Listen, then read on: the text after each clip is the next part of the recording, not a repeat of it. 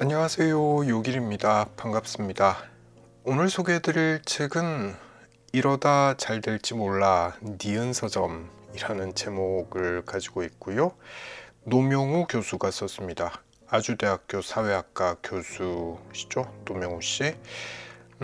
제가 이분을 알게 된 건 걱정 말아요 그대라는 프로그램 덕분입니다.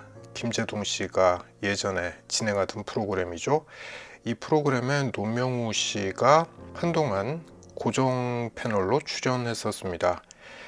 이때 굉장히 명쾌한 해석을 하시는 분이구나. 네, 이런 생각을 했었고요. 그리고 쉬운 해석 속에 자신의 견해를 참 잘 담아내는구나. 그런 생각도 했었습니다. 자, 이런 분이 왜 하필 독립서점을 만들었을까? 그 생각이 들더라고요.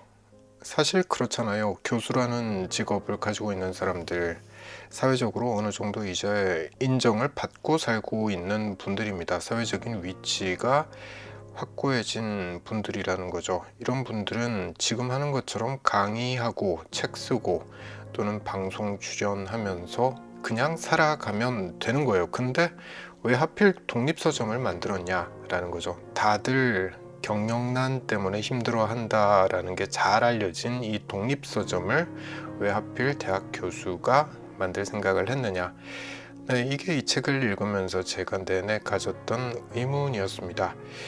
자, 먼저 노명우 교수에 대한 소개부터 좀 짚고 넘어가도록 하겠습니다.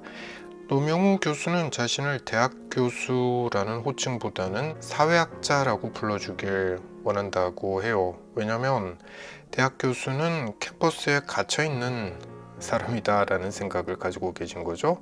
때문에 교수라는 직함보다는 평범한 삶을 관찰하고 해석하고 대리하는 헤르메스이고 싶다라는 말을 하고 있습니다.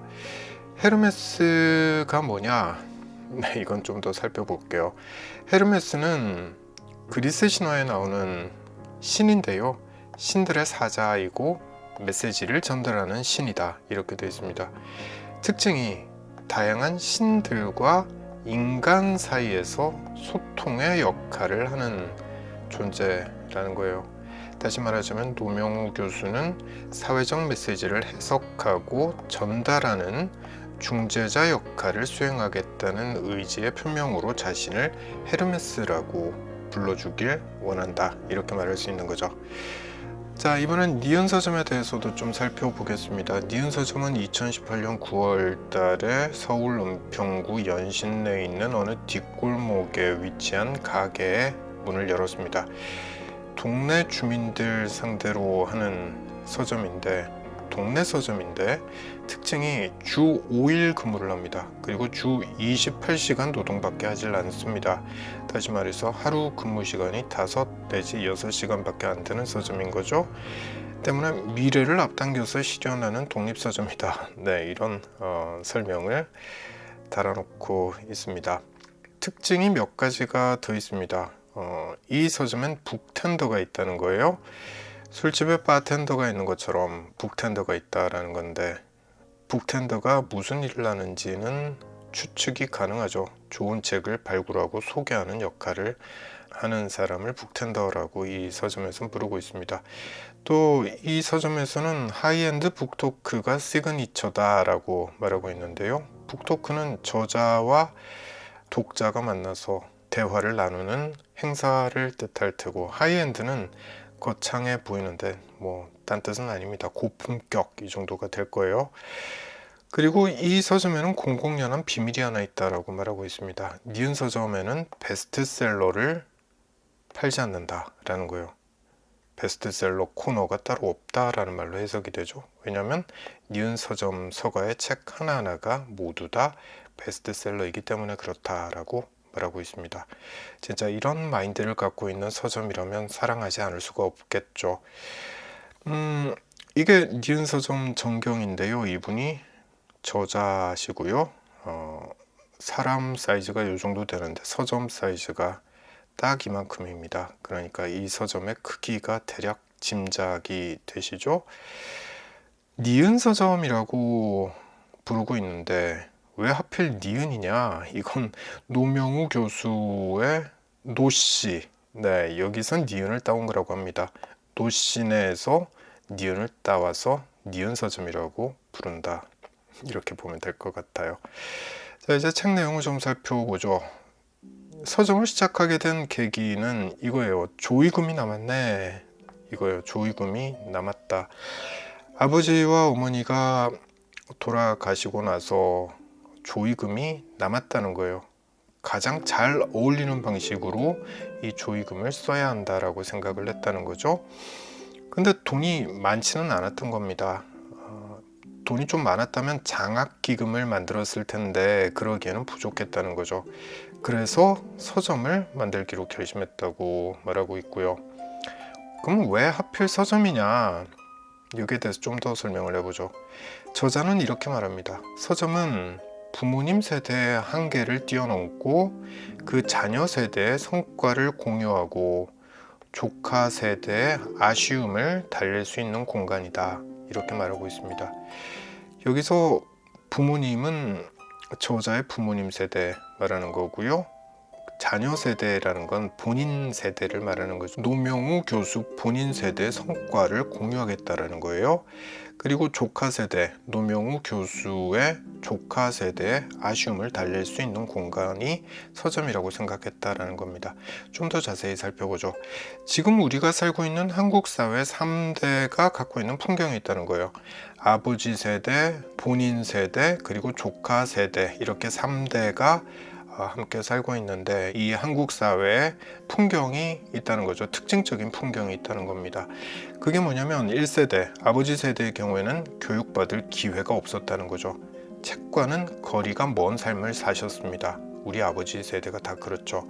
자, 2세대, 본인 세대인데 1세대 전폭적인 지원을 받았습니다. 교육과 관련된 일이라면 부모님이 돈을 아끼지 않으셨던 거예요. 그게 전폭적인 지원이었던 거죠. 그 결과 본인은 책을 쓰는 사람이 됐습니다. 대학 교수가 된 거죠. 자, 이제 3세대를 바라보게 됩니다. 3세대는 대학 교육이 보편화돼 버렸습니다. 대학을 안 가는 사람이 드물죠. 하지만 이들은 책을 읽을 수 있는 삶의 조건을 갖지 못하고 있습니다. 너무 바빠서 그렇죠. 참 안타까운 현실인 거죠. 이게 노명우 교수가 분석하고 있는 한국 사회의 3대 풍경입니다. 자, 이번엔 인상적인 내용들 좀 살펴볼게요. 서점의 역할에 대한 내용입니다. 대학교 사회학 개론 수업은 어렵다. 이렇게 말을 해요. 왜냐하면 이 사회학 개론은 1학년 학생들 들으라고 개설한 과목이라고 하고요. 그 내용을 보면 노동, 직업, 생애주기, 건강과 죽음 이런 내용들이 담겨 있습니다. 그러니 19살 신입생이 이해할 수 없는 내용이 많다라는 거죠. 그래서 대학교 사회학 개론 수업은 어렵다라는 말을 하고 있고요. 반면에 외부 강연은 쉽다. 이렇게 노명우 교수는 말합니다. 외부 강연의 경우에는 그 청중이 대상이 인생을 아는 사람들이기 때문에 그렇다라는 거죠. 예를 들자면 감정노동이라는 개념을 저자는 이야기하고 있는 건데요. 이런 겁니다.